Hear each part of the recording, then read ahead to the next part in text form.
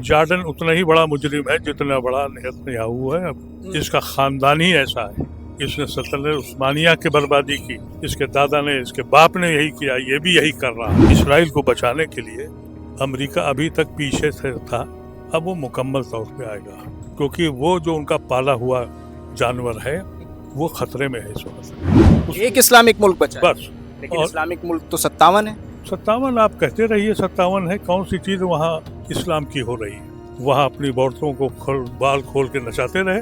Islamic मुल्क है, इसको इस्लामिक मुल्क कहेंगे आप? पिछले 10 साल से तो हम रोज सुनते हैं वो बम बनाने जा रहे हैं, वो बम बनाने जा रहे हैं। उन्होंने ऐसे ऐसे मिसाइल बनाए जो दुनिया ने देखे नहीं, तो ये टेक्नोलॉजी बना नहीं सकते थे।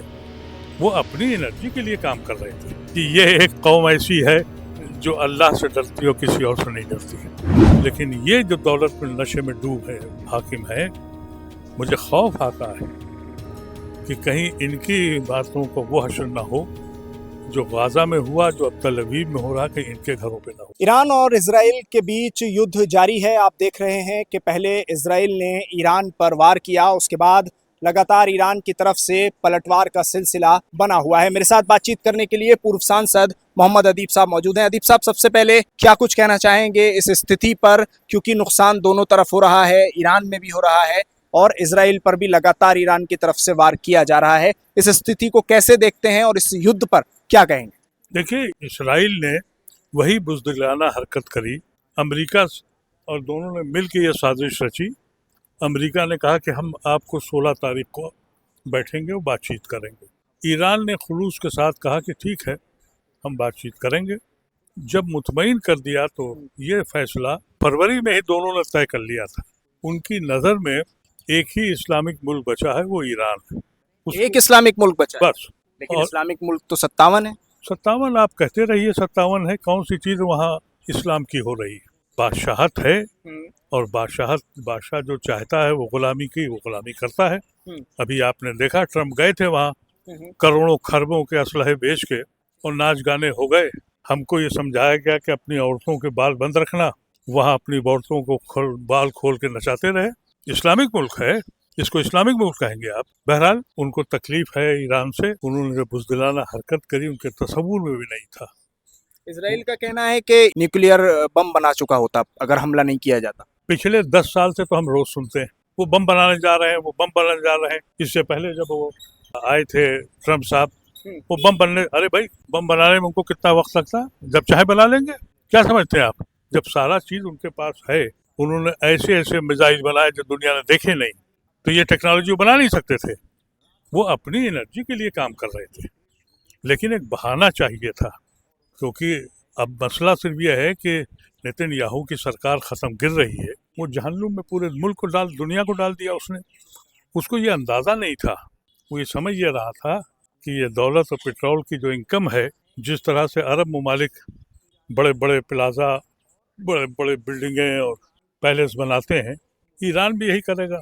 आप कह रहे हैं कि सरकार गिर रही है इजराइल की, नेतन्याहू की, लेकिन वहाँ नेतन्याहू की तरफ से जो बयान आ रहे हैं वो कहा जा रहा है कि हम ईरान को ख़त्म कर देंगे, इतने हमले करेंगे।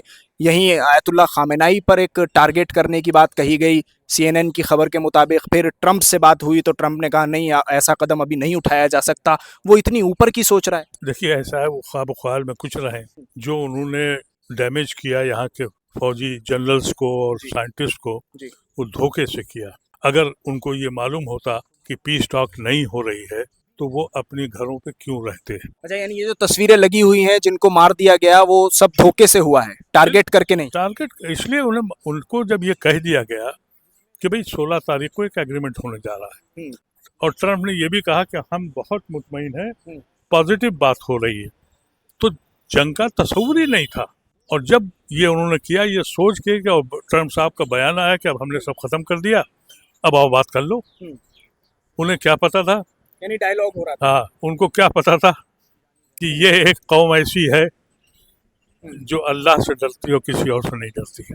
अभी मुस्लिम मुल्कों का क्या रोल है अदीब साहब? सब लोग देख रहे हैं हर मुल्क की तरफ, पूरी दुनिया का मुसलमान, खास तौर से जॉर्डन की तरफ देख रहे हैं लोग कि जॉर्डन क्या कर रहा है। जॉर्डन उतना ही बड़ा मुजरिम है जितना बड़ा नेतन्याहू है। इसका खानदान ही ऐसा है। इसने सल्तनत उस्मानिया की बर्बादी की, इसके दादा ने, इसके बाप ने यही किया, ये भी यही कर रहा है। और इसको भी उतनी ही सजा मिलेगी। देखिए दुनिया भर का मुसलमान वो आज उम्मीद की किरण उसके यहाँ जाग गई है। अब मसला जो है हाकिम वक्त वालों का है, ये करें तो क्या करें। अच्छा। अब ये मुसीबत में फंस गए हैं। इस वक्त अगर वो कुछ बुराई करें तो मुमकिन नहीं है, इसलिए कि यहूदियों के ने जो मजालिम किए हैं फिलिस्तीन के साथ और जिस तरह से बच्चों को मारा है, वेस्टर्न वर्ल्ड डर गया है, वो रो करा। लेकिन ये जो दौलत में नशे में डूब है हाकिम है, मुझे खौफ आता है कि कहीं इनकी बातों को वो हश्र ना हो जो गाजा में हुआ, जो अब तल अवीव में हो रहा, कि इनके घरों पे ना हो जाए। आखिरी सवाल, आपका अनुभव क्या कहता है, जंग रुकेगी या जिस तरह से हमले हो रहे हैं ये आगे बढ़ेगी? देखिए इसराइल को बचाने के लिए जी। अमेरिका अभी तक पीछे से था, अब वो मुकम्मल तौर पे आएगा, क्योंकि वो जो उनका पाला हुआ जानवर है वो खतरे में है इस वक्त। और वो स्टेज अगर आती है तो ये बार बहुत बड़ी होगी, एक बड़ी जंग होने वाली बहुत बड़ी जंग होगी।